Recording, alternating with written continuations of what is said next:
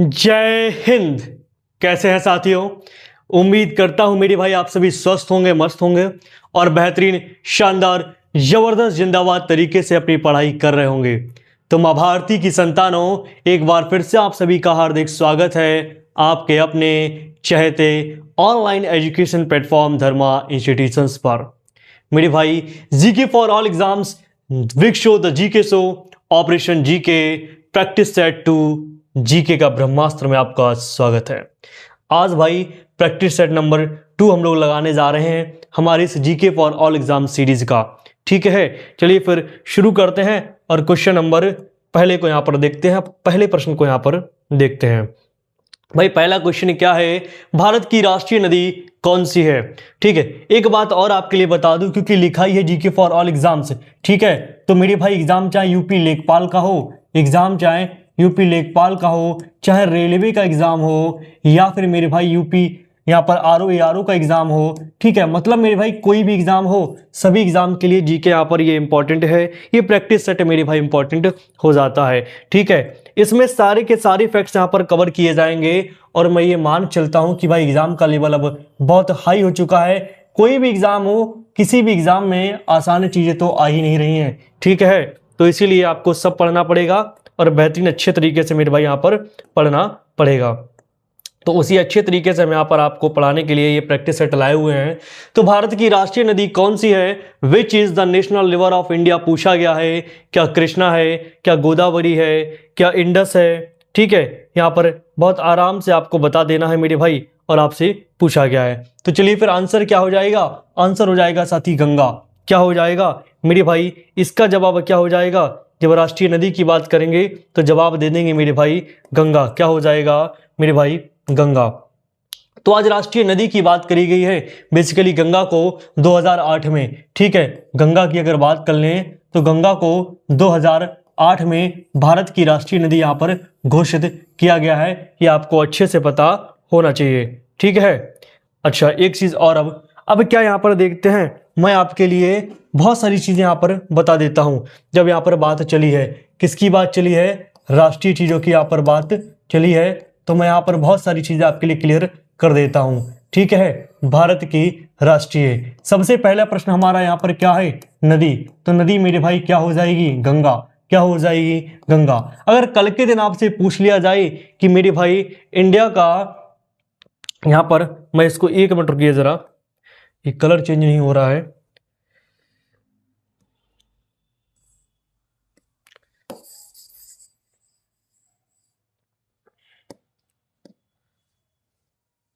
ठीक, इंग्लिश में मैं यहां पर लिख देता हूं।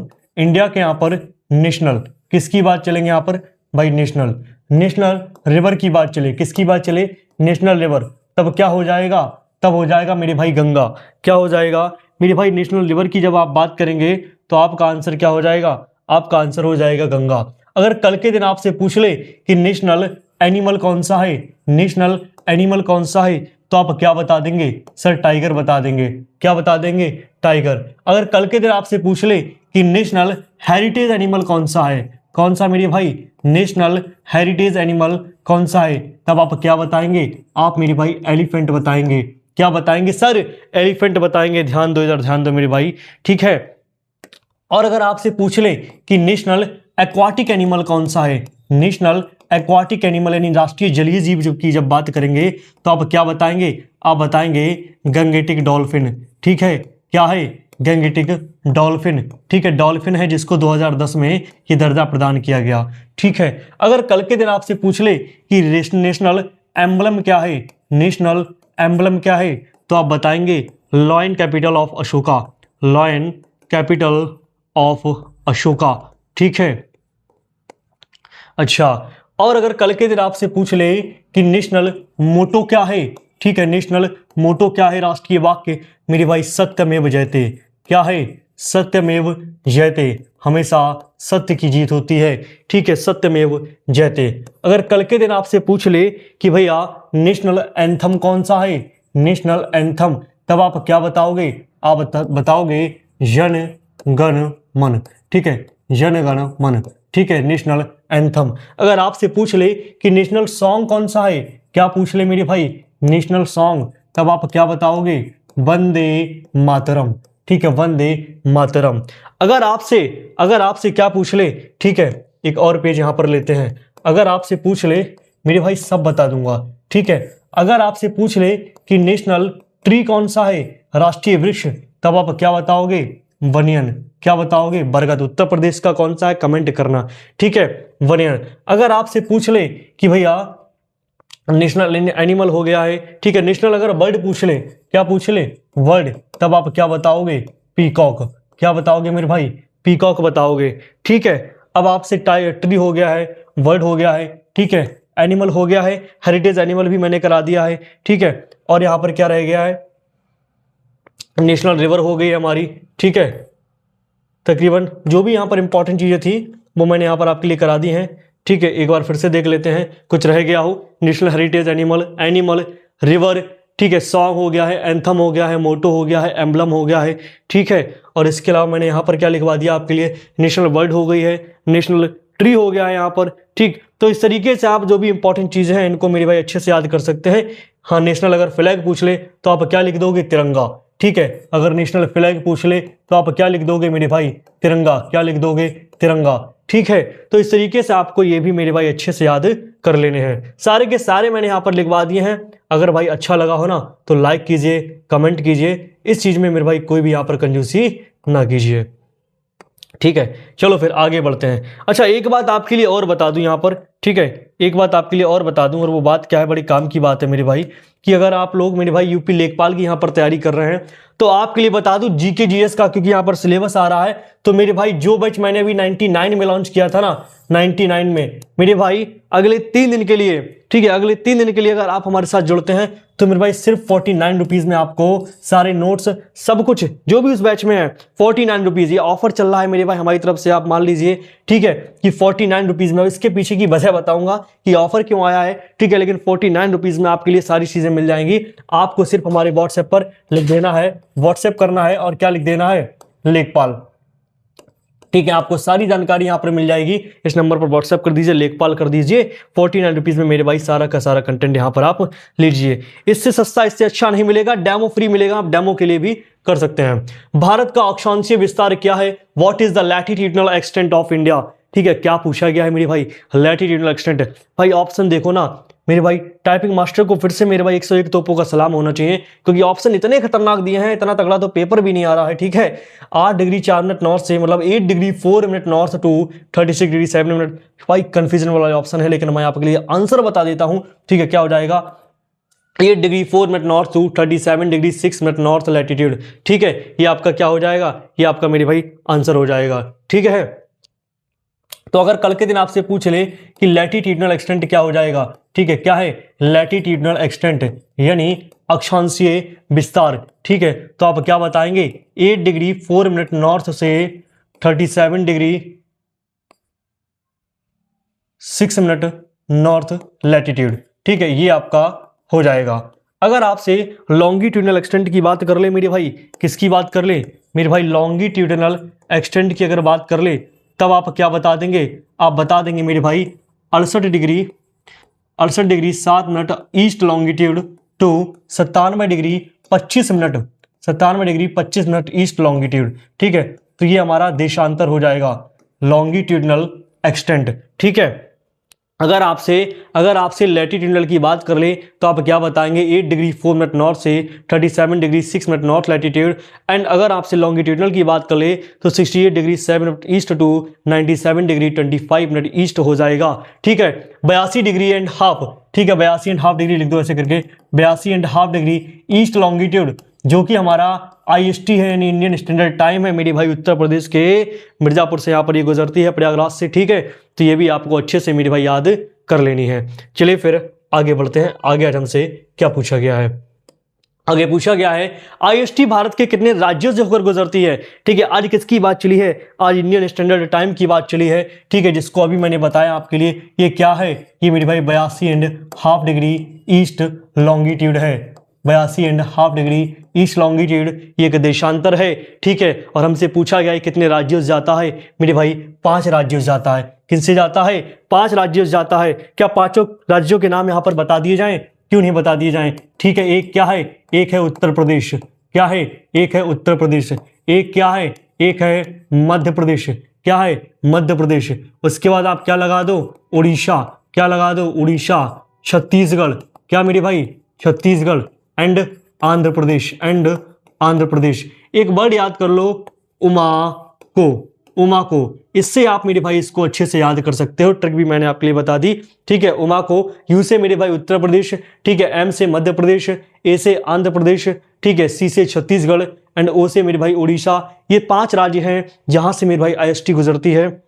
आपके लिए बता दूं कि भैया 23.5 डिग्री नॉर्थ लैटिट्यूड। ध्यान रखना, मैं इस बार लैटिट्यूड की बात कर रहा हूं, यानी मैं अक्षांश की बात कर रहा हूं। 23.5 डिग्री नॉर्थ, ठीक है, जिसको ट्रॉपिक ऑफ कैंसर कहते हैं मेरे भाई। ये इंडिया को लगभग 2 इक्वल पार्ट में डिवाइड कर देता है। ठीक है, 2 इक्वल हाफ में लगभग मेरे भाई ये डिवाइड कर देता है। और अगर आपसे पूछा जाए ये कितने राज्यों से जाता है, तो ये भी मेरे भाई 8 राज्यों से जाता है, 8 स्टेट से जाता है। और मेरे भाई अगर हम लॉन्गिट्यूड की बात करते हैं 82.5, तो मेरे भाई वो 5 राज्यों से जाती है। ठीक है, तो ये भी मेरे भाई अच्छे से आपको याद कर लेनी है। चलिए फिर आगे बढ़ते हैं। अगर आपसे, अच्छा एक बात और कर लें, क्या बात कर लें? अगर आपसे ये पूछ ले, चलो यहां पर लिखवा देता हूं मैं। ठीक है, अगर आपसे ये पूछ ले कि ये जो ट्रॉपिक ऑफ कैंसर है, ये जो ट्रॉपिक ऑफ कैंसर है, ठीक है, ट्रॉपिक ऑफ कैंसर है, यानी जो 23.5 डिग्री नॉर्थ लैटिट्यूड जो हमने यहां पर लिखा है, ये मेरे भाई कितने राज्यों से जाता है? ये तो आपने देख लिया है, ये तो आपने देख लिया है कि ये टोटल 8 स्टेट से जाता है। कितने राज्यों से जाता है? 8 राज्यों से जाता है। क्या 8 के नाम लिख दें? क्या 8 के नाम लिख दें? बिल्कुल लिख दें। ठीक है, गुजरात। क्या पहला क्या है? गुजरात। फिर राजस्थान। ठीक है, गुजरात, राजस्थान, मध्य प्रदेश। ठीक है, क्या मेरे भाई? मध्य प्रदेश। ठीक है, फिर छत्तीसगढ़। ठीक है, फिर झारखंड, फिर वेस्ट बंगाल, मैं यहां पर ऐसे करके लिख दे रहा हूं, and finally Tripura and Mizoram. ठीक है, क्या मेरे भाई 8 राज्य हो गए? देखो 1 2 3 4 5 6 7 8। ठीक है, 8 राज्य हो गए। क्या हो गया है? एक मेरे भाई गुजरात है, एक मेरे भाई राजस्थान है, एक मेरे भाई मध्य प्रदेश है, एक मेरे भाई छत्तीसगढ़ है, एक मेरे भाई झारखंड है, एक वेस्ट बंगाल है, एक त्रिपुरा है और एक मिजोरम है। इस तरीके से मेरे भाई 8 राज्य आपके सामने आ गए हैं जो ट्रॉपिक ऑफ कैंसर मेरे भाई जहां से गुजरता है। और ये मेरे भाई खूब भर भर के पूछे जाते हैं कि कौन से राज्य से यहां पर ट्रॉपिक ऑफ कैंसर नहीं गुजरता है। तो आप अच्छे से मेरे भाई अब आज के बाद नहीं भूलेंगे और आराम से मेरे भाई यहां पर बता देंगे। चीजें अच्छी लग रही हो मेरे भाई तो लाइक कीजिए, कमेंट कीजिए, शेयर कीजिए और आगे बढ़ते हैं। आज हमसे क्या पूछा गया है? आज हमसे पूछा गया है कि 9 डिग्री चैनल के बीच है, 9 डिग्री चैनल इज बिटवीन, अच्छा 9 डिग्री चैनल के बीच क्या क्या है? मतलब ये पूछा गया 9 डिग्री चैनल किसके बीच है? ठीक है, 9 डिग्री चैनल किसके बीच है? क्या निकोबार एंड मिनिकॉय है? क्या लक्षद्वीप एंड मिनिकॉय है? क्या अंडमान एंड निकोबार है? क्या लक्षद्वीप एंड कवरत्ती है? तो क्या हो जाएगा? लक्षद्वीप एंड मिनिकॉय हो जाएगा। ठीक है, क्या हो जाएगा? लक्षद्वीप एंड मिनिकॉय। ठीक है, क्या पूछा गया मेरे भाई? 9 डिग्री चैनल। ठीक है, 9 डिग्री किसके बीच हो जाएगा? लक्षद्वीप, लक्षद्वीप एंड मिनिकॉय। एक चीज याद कर लो आप, क्या याद कर लो? LMN। ठीक है, लक्षद्वीप ये है, मिनिकॉय ये है और N फॉर 9। ठीक है, तो 9 डिग्री किसके बीच है? लक्षद्वीप एंड मिनिकॉय के बीच है। अगर आपसे पूछ ले कि अंडमान निकोबार, तो भैया यहां पर 10 डिग्री चैनल यहां पर आपको याद रखना है। क्या है? 10 डिग्री चैनल आपको अच्छे से मेरे भाई याद कर लेना है। अगर आपसे पूछे पाक स्टेट किसके बीच है? पाक स्टेट, ठीक है, ये भी पूछा जाता है, तो मेरे भाई आप बता देना। इंडिया का तमिलनाडु, इंडिया का तमिलनाडु और पड़ोसी देश श्रीलंका, इसके बीच में क्या है? इसके बीच में है पाक स्टेट। ये भी आपको अच्छे से याद कर लेना है। ठीक है, अगर आपसे पूछ ले 8 डिग्री चैनल किसके बीच है, तो आप याद कर लो मालदीव्स एंड मिनिकॉय। ठीक है, क्या है? मालदीव्स एंड मिनिकॉय। मालदीव्स एंड मिनिकॉय के बीच कौन सा चैनल है? 8 डिग्री चैनल है यहां पर। ये भी अच्छे से याद कर लेना है। और याद करने का तरीका क्या हो जाएगा?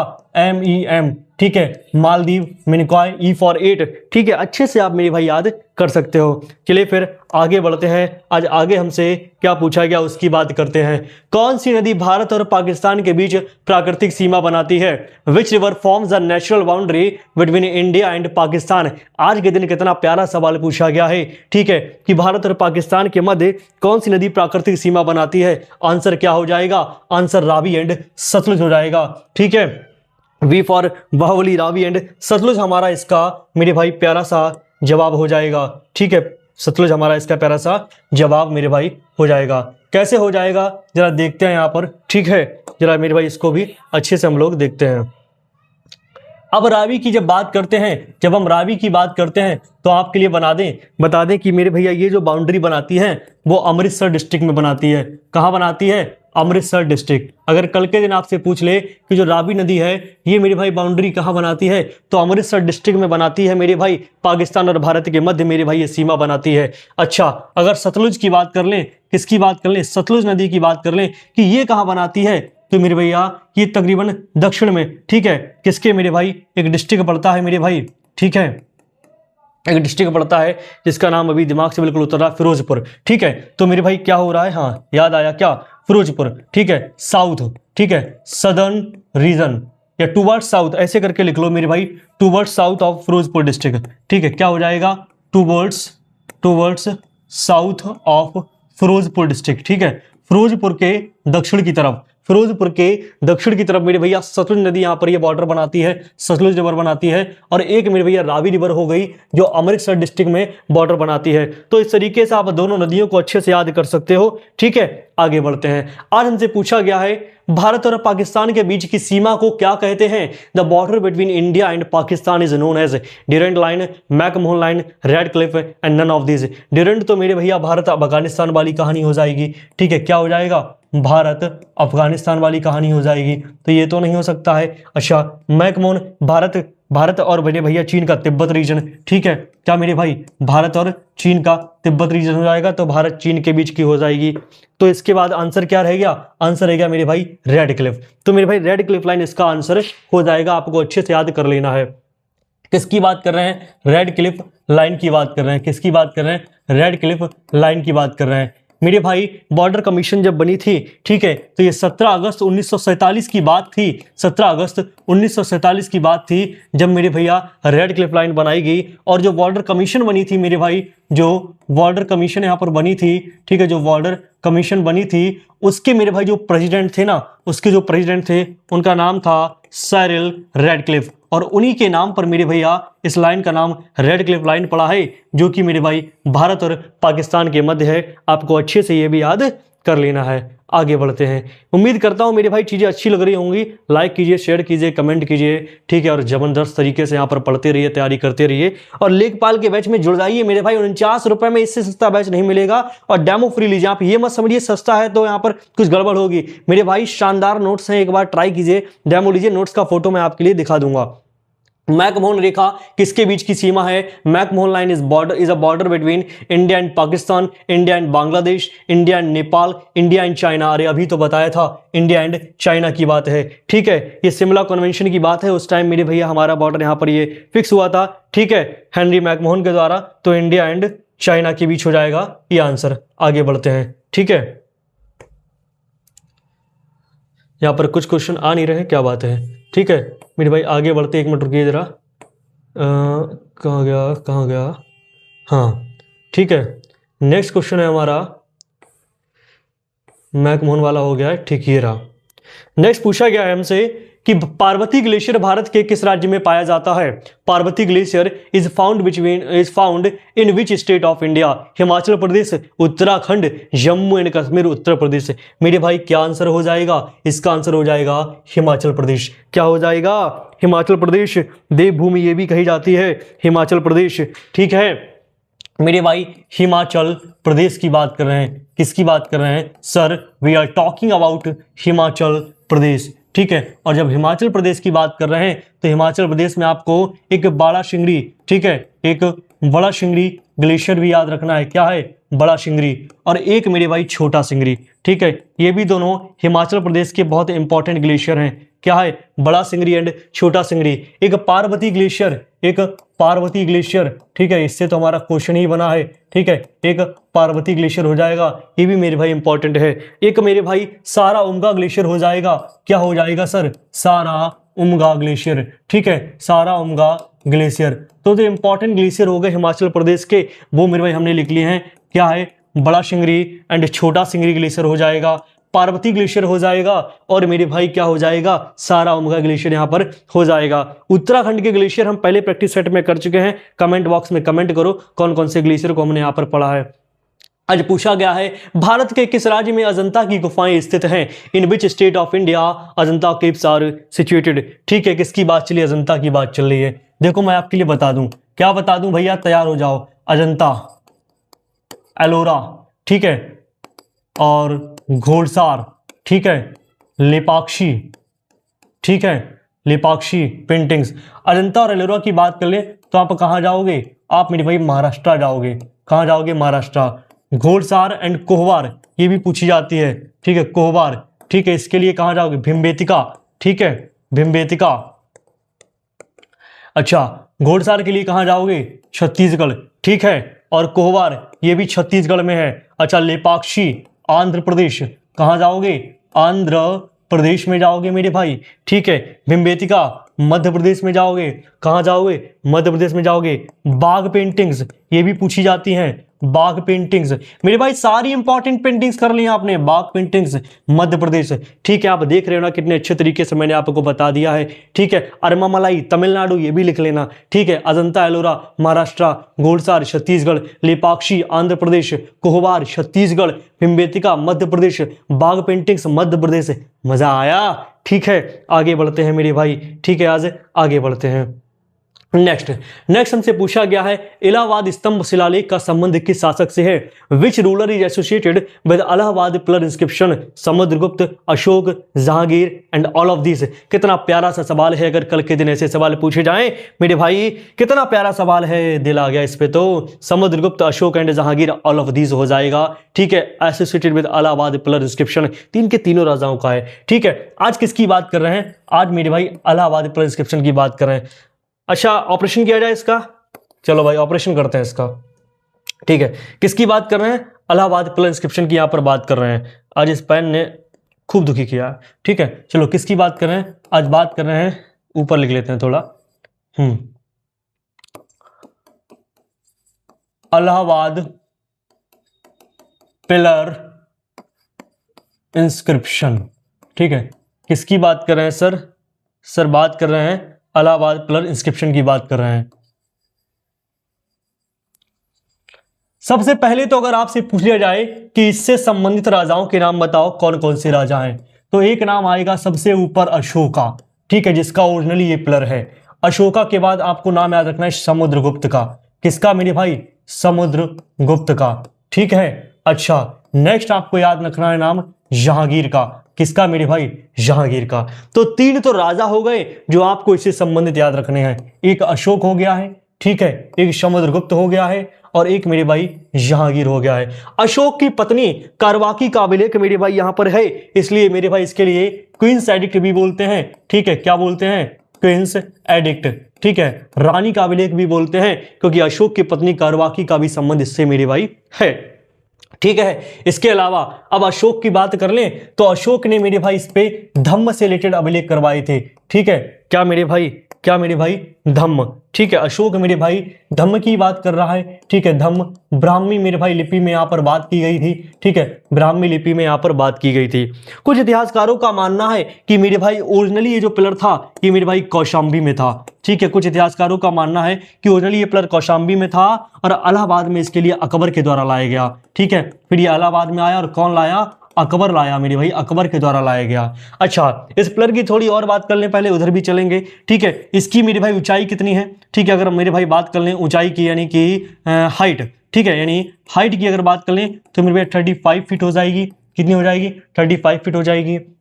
इसकी अगर चौड़ाई की बात कर लें, ठीक है, अगर इसकी चौड़ाई की बात कर लें तो मेरे भैया जो नीचे है, नीचे, ठीक है, वो 35 इंच है। कितनी है, 35 इंच है, और ऊपर मेरे भाई 26 इंच रह जाती है, ठीक है। ऊपर 26 इंच, आप अपने आप लिख लेना, ये ऊपर हो गया है, ठीक है, ऊपर 26 इंच है और नीचे मेरे भाई चौड़ाई जो है वो 35 इंच है और इसकी जो ऊंचाई है वो 35 फीट है। इसको रानी का अभिलेख भी कहते हैं। कौशंबी में था, अकबर के द्वारा इलाहाबाद में लाया गया। अशोक धम्म के बारे में इस पर लिखता है और ब्राह्मी स्क्रिप्ट में लिखता है। समुद्रगुप्त की जब बात करते हैं तो इसके दरबारी कवि हरिसेन ने मेरे भाई इस पे प्रयाग प्रशस्ति लिखी है, ठीक है, जिसको प्रयाग प्रशस्ति, और इसीलिए इसको मेरे भाई प्रयाग प्रशस्ति भी बोलते हैं। इस इंस्क्रिप्शन को, इस पिलर इंस्क्रिप्शन को प्रयाग प्रशस्ति भी बोलते हैं। प्रयाग प्रशस्ति, प्रशस्ति मतलब प्रशंसाएं, ठीक है। समुद्रगुप्त की मेरे भाई विजय, विक्टरीज, उसकी तारीफें, उसके मेरे भाई कोई भी यहाँ पर कमी नहीं, सब यहाँ पर तारीफें बताई गई। समुद्रगुप्त को यहाँ पर कभी भी बताया गया है, ठीक है, कैसे वो एक पोएट था, ये सब उसकी सब प्रशंसाएं मेरे भाई भर भर के यहाँ पर हरिसेन ने यहाँ पर लिखी हैं,